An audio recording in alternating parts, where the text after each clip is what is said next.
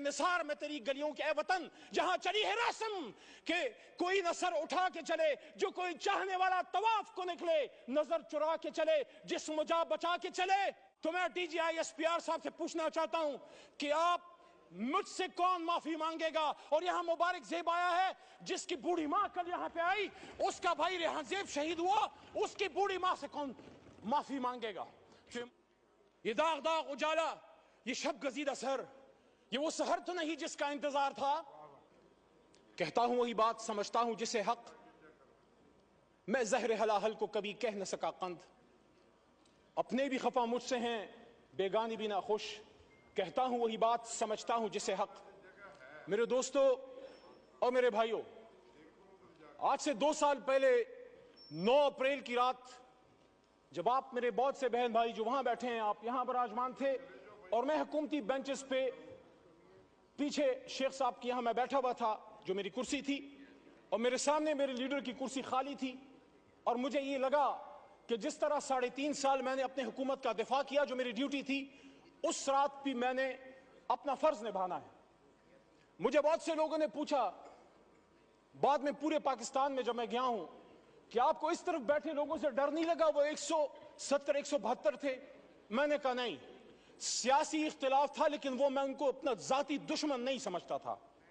تو آج جو میں یہ بات کرنا چاہ رہا ہوں وہ یہ ہے کہ جب پچھلے 2 سال کی طرف میں مڑ کے دیکھتا ہوں تو مجھے وہی کہانی، خورشید شاہ صاحب آپ کی بھی توجہ چاہیے، آپ میرے قائد حزب اختلاف رہے ہیں، تو مجھے وہی کہانی ریپلیکیٹ ہوتی نظر آتی ہے جو آج سے 50 سال پہلے اس ایوان کے ایک منتخب قائد ایوان کو جب پھانسی کے تختہ دار پہ لٹکایا گیا. پاکستان تو نہیں بدلا، فرق صرف یہ ہے کہ کبھی ہتھکڑی ڈال کے نواز شریف کی طرح جہاز میں بٹھا کے ملک سے دربدر کر دو، کبھی بے نظیر بھٹو کی طرح شہید کی طرح. باپ پھانسی پہ چڑھ چکا ہے، بیٹی کو پاکستان میں رہنے کی اجازت نہیں، ماں سمیت اس کو ملک سے دربدر کر دیا گیا، جو وہ پتہ نہیں 17 18 یا 20 سال کی ہوگی، مجھے نہیں پتا، but she was young and unmarried at that time. واپس آتی ہے، پھر دربدر کی جاتی ہے، and she was forced to go to exile once again, and her life ended in Liaquat Bagh where she was martyred on 27 December 2007. وہی لیاقت باغ جو ایک اور لیڈر ہمارا قائد اعظم کا دایاں ہاتھ کھا چکا ہے. راولپنڈی جہاں سے پاکستان کو مضبوط ہونا تھا، مضبوط ہونا ہے اور مضبوط ہوگا، اسی راولپنڈی میں لیاقت علی خان شہید ہوا. وہی لیاقت علی خان جو مجھے اعزاز حاصل ہے، میرا دادا پیر محمد خان اس کا قائد اعظم کا ایک ادنا کارکن تھا. لیاقت علی خان صاحب تحریک پاکستان میں میرے گاؤں، اور آپ کو سر پتہ ہے، آپ علاقے کو جانتے ہیں، میرے گاؤں امیر مقام صاحب سے مخاطب ہوں. یہ سوات جب جاتے ہیں ہاتھیان اور شیرگڑھ سے آپ گزرتے ہیں میرے بھائی، میرے گاؤں لیاقت علی خان صاحب آئے، میرے گھر میں قیام کیا، سردار عبدالرب نشتر ان کے ساتھ تھے، اور وہاں سے 47 میں قافلے گئے پاکستان کو آزاد کرنے کے لیے. منٹو پارک جس کو پھر بعد میں وہاں مینار پاکستان بنا، وہاں پیر محمد صاحب، غلام محمد خان لوکھوڑ اور خیبر پختونخوا سے مسلم لیگ کے قافلے لے کے گئے. وہی میرے لیڈر عمران خان صاحب کے والد اکرام اللہ نیازی بھی وہاں موجود تھے. تو جب ہم بھی پاکستان بنانے والے ہیں، آپ بھی پاکستان بنانے والے ہیں، تو پھر بار بار کیوں ہمیں یہ کہنے کی ضرورت پڑتی ہے کہ نثار میں تیری گلیوں کے اے وطن جہاں چلی ہے رسم کہ کوئی نہ سر اٹھا کے چلے جو کوئی چاہنے والا طواف کو نکلے نظر چرا کے چلے جسم جا بچا کے چلے. میرے بھائی تار اور چھوٹا بھائی بیٹھا ہے، میں احترام کرتا ہوں آپ کی جماعت کی سیاسی لیڈرشپ کی جدوجہد کا جو اگر انہوں نے کی ہے، لیکن جہاں ہم اس بات کو کنڈیم کرتے ہیں کہ جب ایک طالع آزما پرویز مشرف نے ایک منتخب وزیر اعظم جس سے ہمیں لاکھ اختلاف ہے، کبھی میں مسلم لیگ نون کا نہ ووٹر رہا ہوں نہ سپورٹر رہا ہوں نہ کارکن رہا ہوں، لیکن ہتھکڑی ڈال کے جب ملک بدر کیا گیا تو پھر آپ سے بھی ایکسپیکٹیشن ہے کہ آپ کا بھی لاکھ اختلاف ہوگا.